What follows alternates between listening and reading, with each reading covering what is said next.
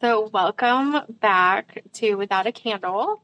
I am Karlie. And I'm Carla. So, today we wanted to kind of introduce ourselves to you guys on a little deeper level than just welcome to the shit show, right? This is what you can expect. So, Carla, you want to go first and talk about your spiritual path a little bit? So I'll share as I can what I can. I was just explaining to Carla a little bit earlier times, even in conversation, not everything comes out in order, right? So I'm Carla.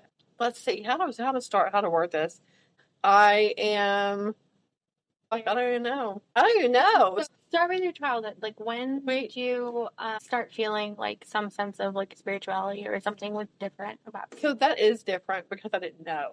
Okay. I didn't know what any of this was, right? So fifth grade, I had this dream, a very playful, fun dream about two of my friends, and it occurred. This dream was set at school, and so these two individuals, one female, one male, they didn't really like each other very much. Okay. So in this dream, she was chasing him around social studies class, and she caught him and hugged him. Okay. And so that was it. Like, that was the innocent dream of a fifth grader. Okay. And then days later, guess what happened? It all played out Really? in history class just like that. So some people would have said that was like a deja vu moment. Yeah.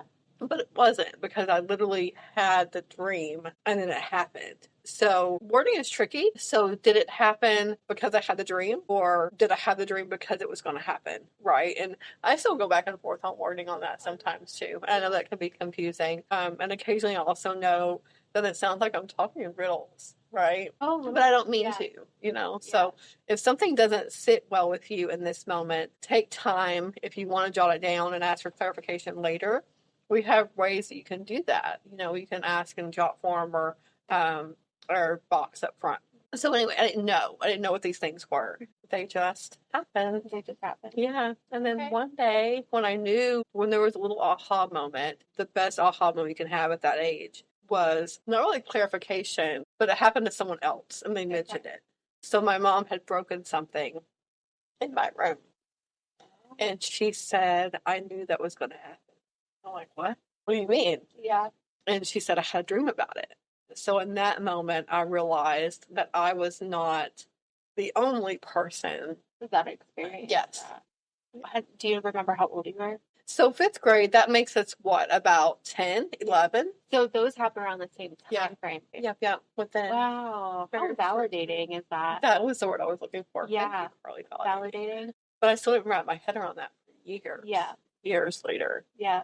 So did you have any other experiences, or like what made you realize what it was, or like what spirituality is, like how, like you just kept living? Gosh, yeah, probably kind of took it away, right? And there was always glimmers. I don't know if that's the right word, but there was always little moments that would reflect back on and be like, what was that? Or what does that mean? Yeah. Right? And then maybe eventually I'll take time and jot some of those down. So as things unravel, I can share some more of those stories. Okay. But really tuck things away. Yeah. Until high school. Okay. And then in high school, me and my cousin, and I'll keep names out of this, were sharing premonitions that lined up. So what does that mean? We were both having very similar premonitions. Okay. Mind blowing. But I didn't know that any of this had a name until we're talking like 2015, 2016. Yeah. Like and then like almost decades later. Absolutely. Well, I was raised Pentecostal. Yeah. And then I got married. Got married in 2003, right out of high school, basically. And so you kind of tuck all that away. Yeah. There's not a lot of time to entertain that. No, because all of the traditional, like, life moments are happening there. Yeah. But then you had Logan, and you guys were traveling a lot with all the things, work. Yeah. So kind of put on the back burner, and then I didn't unpack it much until later, probably closer to 2015. Is when I unpacked it again. I found a book I actually have in my hand, so if anybody wants information on that, The Kindle and the Crossroads. So in the title of this book, even before there was a shop, this really hit home to me. A book of Appalachian conjure and Southern root work. It's by Orion Foxwood. So this book was the piece, that made me aware that these were things, that these were practices, that these were pieces of a tradition, even though I wasn't taught it as a tradition. And man, I'm sure it was like almost hitting a brick wall. Oh my God. it was crazy. Yeah. It was crazy. And I sat with this until about 2019. So 4 more years, I sit with this aha moment. Before you actually start like anything. doing anything. Anything. Yep. And we'll come back to that a little bit later because there's a few pieces to plug in to make everything make sense, right? Yeah. There's always missing pieces. Yeah. But that's probably another episode or 10, right? Yeah, we'll get there. So what about you, Karlie? When did you realize that there was stuff and things? So my parents did a really good job at introducing me, my sister, to many different religions, but not so much spirituality. I don't think that they were, even now, like they're not really aware of like that side, right? Because you can have spirituality and religion or spirituality without religion, right? So my parents did a really good job at teaching us about many different types of religious paths within Christianity. And none of it, like, I remember being so, like, little and none of it feeling right. Like, this sense of community, this sense of parts of the messages felt like, yeah, okay, that makes sense. But then there was this lingering feeling of, like, but something's missing here.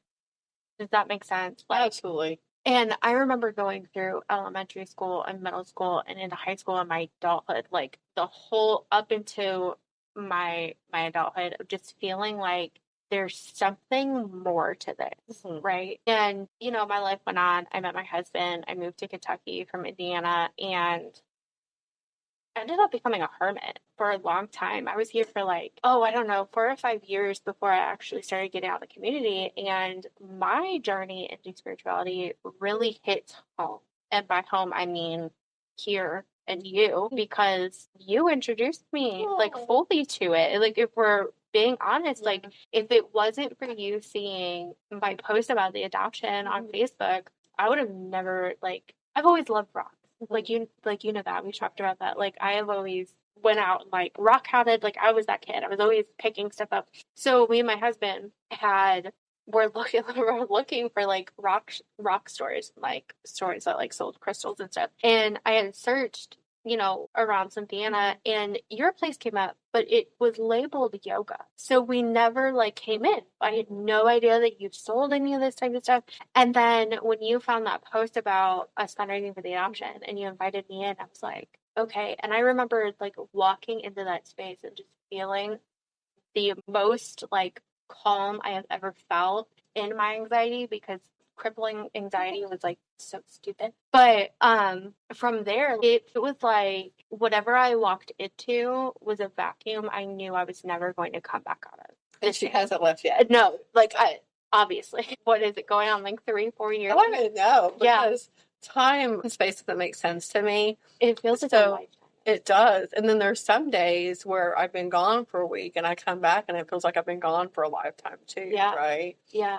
Yeah. So from there, right, you did exposure therapy at that point, and then it all just started to click and it all started to make sense. And me being who I am and wanting to know how everything works and ticks, and I got to research everything, and I do research everything. And from there, I started researching all the different types of paths within paganism and what that looks like. And from there, you taught me Reiki, and I'm a Reiki master now. From there, and exposure therapy with that, and like Reiki on myself and my clients, that's really enhanced my gifts as well. And like, I'm still learning those, obviously. But even like the sound bath we had on Saturday, new things coming to light with that. It's always new. So I have a question for you then. Yeah. Because you have researched the paths, and I'm careful with wording because I don't particularly like labels and that kind of thing. But do you feel like you were looking for a name to call it? In the very beginning, I was, because I was trying to make sense of the feeling, right? And within that, I did find a path that resonated with me, like, wholeheartedly. That's another story for another day. But it's not something that I feel like has a, like, how do I want to say it? This is tricky sometimes too, Yeah. because it's easy to see and it's easy to feel the things you want to share, but sometimes it's really tricky to articulate. And that's my biggest Same thing, same thing. We play charades with each other a lot, if I could talk. Yeah. And I feel like sometimes, like, I know what you're trying to say when you can't, and like vice versa. So we chime in for each other, and like, oh yeah, this is what she meant, and everyone's like, oh yeah, okay, I get it now. And clarity too. Yeah. Sometimes I'm not great with details and explaining all the things. Yeah. Because it's just in there, right? Yeah. I'm like, how do I share this with people? So within putting a label on something, even though I do have a specific path, it's not something that I let define, or like, I still feel like I'm pretty eclectic with my practices and what makes sense to me, because I base everything that I do off of just how I feel. Intuitive. Very for those that don't. Yeah. Very intuitive. Yeah. And that changes day to day, just based on, again, how I'm feeling, what I'm being told, the downloads I get that day.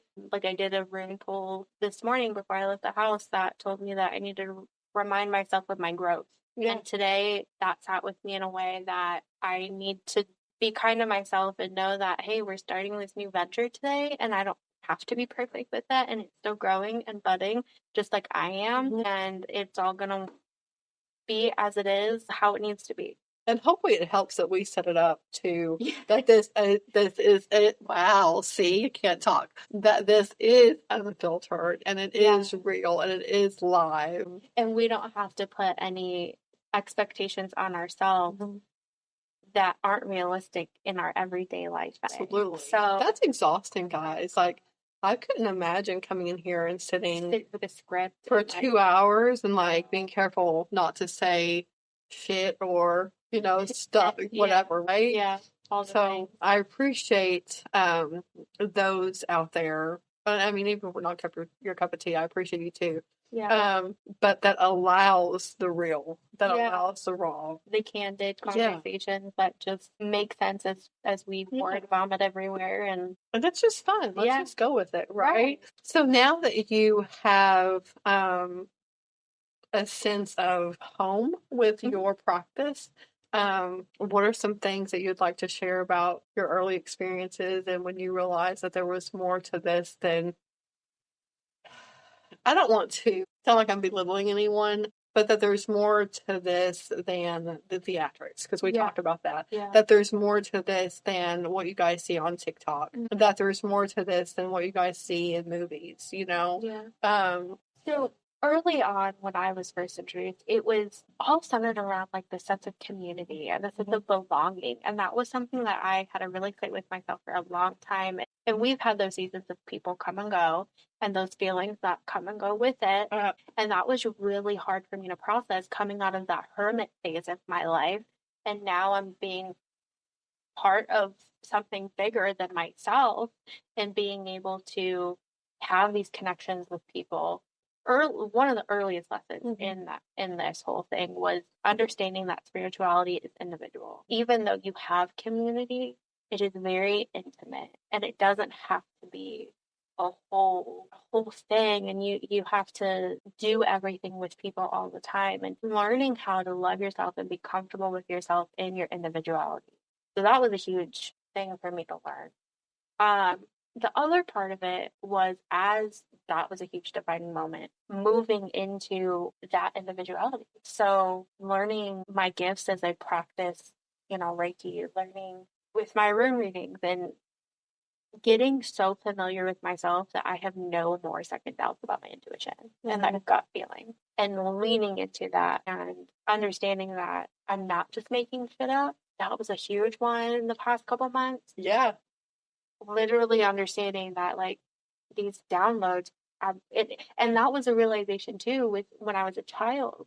I had such a vivid imagination, and like you were saying, how you would have dreams and they would happen, weeks, days later. I have this sense of just knowing. So when I'm like, oh yeah, this is going to happen, or, yes, that song or whatever it is. And people would ask me, well, how'd you know that? Like, well, I don't know. But to me, I thought I was just making that up. And now knowing that, no, that's literally your gift of like your guides and your spirit. Like they're all telling you these things, giving you that knowledge. You just don't know where it's coming from. Well, now I know where it's coming. Kind of, sort of. Yeah, like it still doesn't make sense, but it makes more sense. Yes. Does that make sense? Absolutely, yeah. In a roundabout way. All of it makes sense, but it doesn't. What yeah. can make sense today and what needs to make sense today makes sense today. Yeah. It's not all supposed to make sense right away. Could you imagine? Oh God, no. The overload or like the overwhelm. My brain would explode. Gosh, no. So that was a pretty defining moment. So I mean, I can see some similarities there. Yeah. So you always had the things, you just didn't know that they were things, or that you didn't know what these things were called, or maybe did you think that you were the only one experiencing these things? Based on my childhood, not really a sense of like feeling I was the only one, but having the sense of like I shouldn't share. Does that make sense? Really? Like, so that was not something that I ever brought to the forefront to anybody, and it wasn't until I learned about the clairsenses, because that's not something that's just taught in school, Imagine if it was. Imagine if people knew their abilities. Yeah. Instead of us teaching our kids that they're fucking crazy, right? Yeah. Like maybe your child isn't hearing voices, or never mind. That's different. That's a whole different thing. Rabbit hole. So someone write that down, okay? Yeah. So yeah, it wasn't until I met you and started the journey and Miss Jerry too. She played a huge role in that at the very beginning of teaching me all the different modalities and those aha moments of, oh, okay. And then also feeling like I didn't even have them. Remember us having that conversation? I was thinking, yeah, I don't have any of that. And you're like, yeah, you do. And now pay attention. Yeah. Right? So with that, after you started learning all of this, what drew you into the path that you're on? So realistically, after knowing that these were things, right, and that these things had names, and that other people experienced these things as well, it was just a constant desire to learn new things, right? And some of this, I felt like I was put on the path. I don't know if that makes any sense or not. Yeah.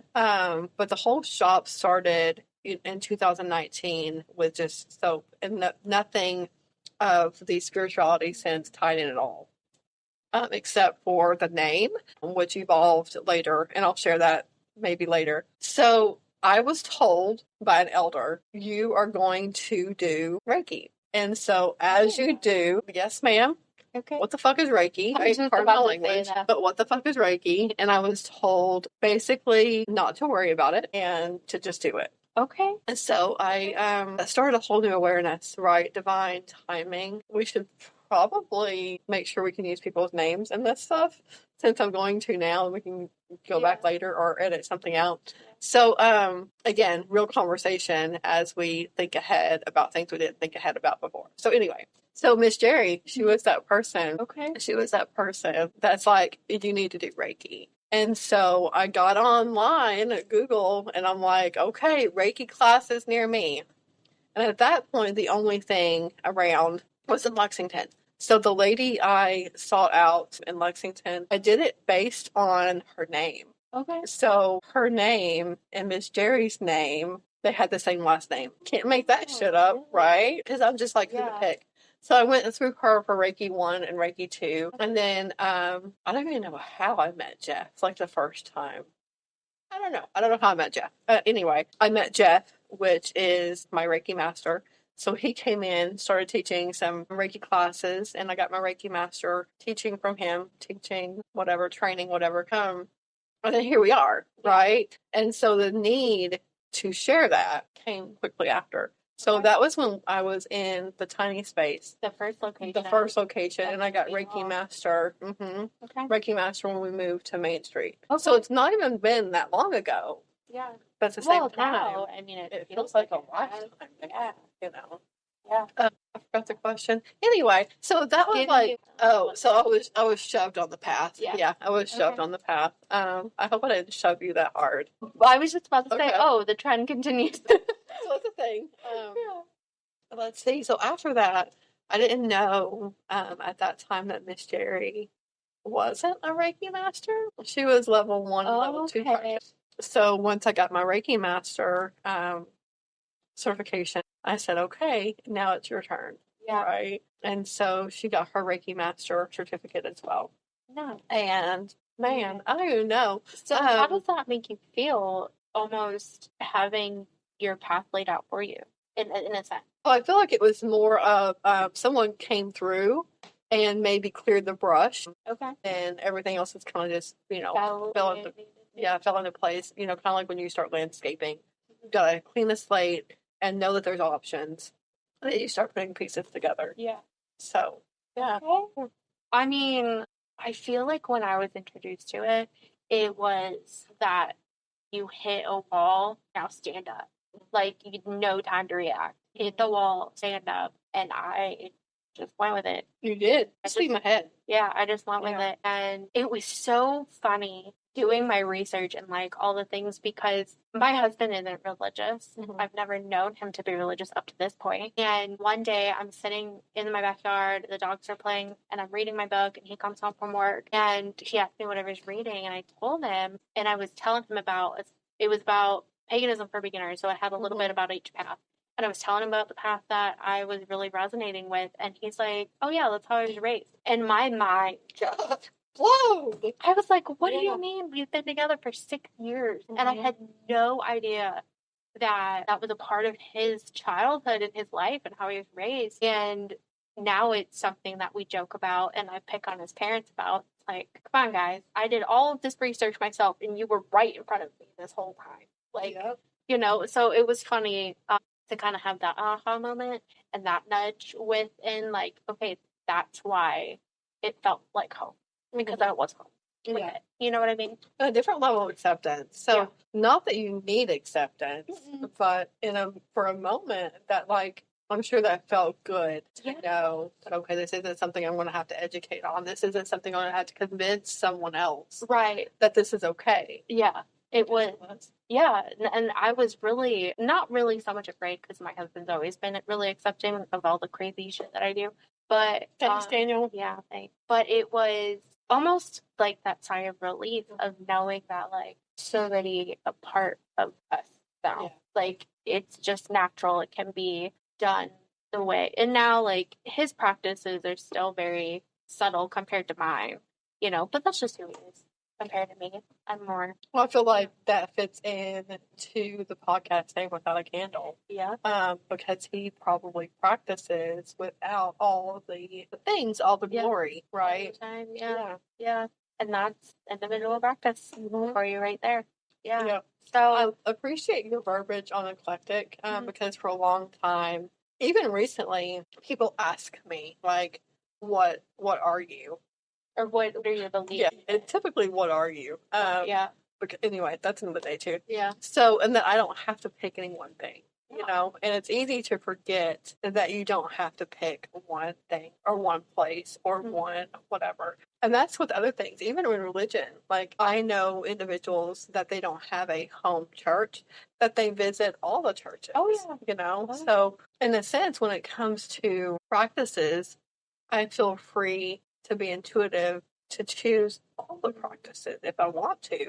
Yeah. Because there's a sense of appreciation with wanting to practice a little bit of everything, because there's such profound messages. There's profound feelings too, because sometimes one path feels completely different than the other path, and it just kind of, you ebb and flow with it. And that's on any given day, because, something we say often when people ask us about energy work. Energy work is one of the hardest things to explain. It's not like getting a pedicure or manicure. Yeah. We are different every single day, and each client is different every single day. Yeah, there's never one session that is the same. I think the verbiage that I've used, and this came from someone in a passing conversation, this wasn't an original aha moment, was that no one, in this sense we were talking about religion, that no one religion had it right, but not any religion, no one religion had it wrong either. Yeah. And in that I found a term called omnist. Okay. If I'm saying that properly, we'll figure that out later. And it was just about the awareness of noticing, or there's a better word for that, but noticing that there's truth in every yeah, choose to see. No, I love that. And I think that's why we kind of lean into the eclectic, you know, side more than anything. Absolutely. Especially when you come into the shop, like you don't have a sense of just one. We try to cater as best as we can. Absolutely. To all paths, regardless. And if there's something that we don't have here, and even religion try. On that same note, yeah, we were a common stop for purple candles once upon a time. Oh yeah, and we have that was Catholicism needing those tools. We have tools for everybody. Yeah, and if we don't, just let us know and we will. Yeah. Like, we don't know what we don't know until we know it. And educating us on that, right? So there's been a lot already discussed, and I'm super excited to continue to So I did want to ask one more and like touch on one more topic, but within our journey and your journey, did you ever hit a like high point where you felt like, okay, this is exactly where I needed to be? And did you ever hit like a low point of, well, what the hell am I doing? Like none of it makes sense. Did that ever happen with you? Almost every day. Okay. I mean, just to be honest with you, right? Yeah. So today's a high point, right? Like this is new, this is exciting. Yeah. In January, man, let's talk about getting through January and that weather and that kind of stuff. But it doesn't matter whether it's a high or low. There's always messages. There's always synchronicities. And it could be someone coming in just being thankful that we're here, that we're existing. And so sometimes that's the message, because this is hard. I mean, and I don't mean that to sound whiny, but small business isn't for the weak, right? And we both have families, we both have other things going on. So, and then in your spirituality. Well, yeah, that's what I'm saying, right? So, yeah, because I guess that all ties in. Spirituality plays a huge part in our everyday lives. Because in those low points, if there hadn't been that messenger, and that's when you're talking about spirit guides or messengers, whoever's come in, if there hadn't been those messages of thanks and gratitude. Yeah, that would definitely, I guess so. When we hit the low points in our human life, where spirit side comes in to really uplift and remind us of the high one. Absolutely. Yeah, I love that. Just keep swimming. Just keep swimming. That's probably going to miniature eventually. Yeah. And so I appreciate that question. That's probably a question that we can jot down and touch deeper come back to later. Yeah. Okay. So with getting to know us a little bit on our spiritual journeys and like how we got here, that leads us into the podcast and like why it's called Without a Candle. Oh, we're going there now? We are going there. Yeah. That was fast, wasn't it? So going right back to the eclectic side of what we do. It's really all about intention. Absolutely. We really preach intention and manifesting a lot. And I think there's great value. There'll be a need for us to come back and even elaborate more on just those words, intention, and share what that means to us. Yeah. And manifestation as well. Yeah. So what do you have to add to why we chose the name? So I want to just mention that this goes back, this concept of not needing all the things goes back to Jeff when he was teaching the Reiki masterclass. So he had set the altar and gathered some things. And one of the things, and that we still have in the shop, is blue lotus. So he burned a charcoal and added some blue lotus. And in that, he mentioned that it could be for ritual, but realistically, some of it's just for theatrics, right? The smoke looks nice, the scent smells nice, but we really didn't need it. Yeah. So that was my first moment of like, oh, there are some things that we could do or that we could use but we don't need. Yeah. And so that was different, Karlie, because the first Reiki class who I went to, she had all these things and all these tools. And so I hesitated about continuing because now I need to learn all these tools, right? And now I need to learn how to read oracle cards and tarot cards before I can do the Reiki practice. Yeah. I don't know if that makes sense. But in practice, it's important that I share, hopefully with you, I hope I'll share this enough with you, that you don't need anything. Yeah. So you are the tool.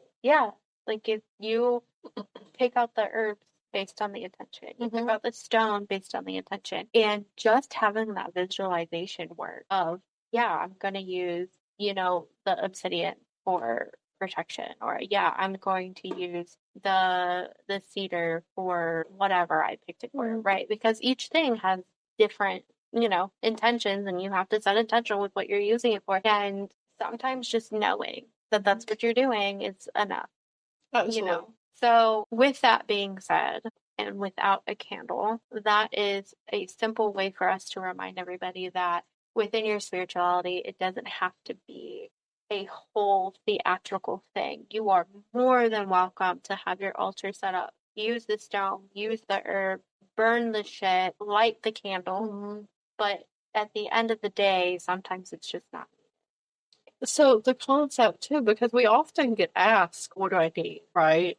And it's odd, the looks I get when I tell people they don't need anything, here I am, we're a retail store, Karlie. I know. And then people are like, what do I need? And then we're turning around and teaching them that you need you. You need you, you need your intention, and that's it. Yeah. So Karlie, on that note, like if you had something that you needed to do or working, would you not do it because you didn't have your tools? So if you didn't have that sage, so no, I I'm feel very flexible and like fluid with how I do. So for example, when I do my virtual rune readings, I do have a full altar set up, but I feel like with that, it gives people a sense of comfort, right?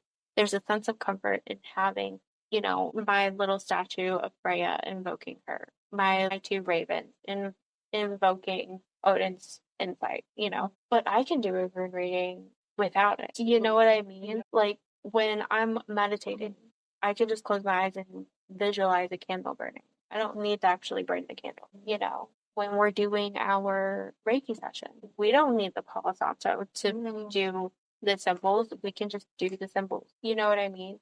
And like you said, being a retail store for us to sell this, I think that's why people come back though, is we don't try to sell people on anything. it's real. It is very real, and we set the intention of like the people on the new path, right? And I feel like that's the biggest thing, is teaching the people in the beginning stages that you see all of this stuff on TikTok. You see all of this stuff in books and in shows and TV and movies and all the things, and they have all of the things, right? You don't have to have it. You don't have to have it. All of that is based on budget. It's based on personal preference. It's based on the person doing it and their path and in their individuality. And when you take yourself out of that because you're not a part of it, you start figuring out what is for you. And maybe, you do want to carry a stone in your pocket for the day. And that's okay. You can come in here and buy it, but you also don't have to. Right. So I was sitting here trying to think about another way to explain this. So let's just say hypothetically, I am a medic of sorts, right? And then I'm going out into town or going to somewhere, and I don't have my bag. I don't have my first aid kit. But I cross someone's path that clearly needs taken care of. Am I going to not take care of them because I don't have a Band-Aid? Yeah. Did that make sense? I don't know how else to explain that. But it's about, like, you can stop, you can do the thing, you can take the time. You don't have to have all the tools. You'll figure that shit out. You'll figure it out. A medic's not going to let someone die in the streets because they don't have their exact thing they're waiting for. Yeah, they'll do everything they can without it. Absolutely. And same thing within our work. We just have to visualizing and setting the intention with knowing you want to use a tool is just enough. It's just enough.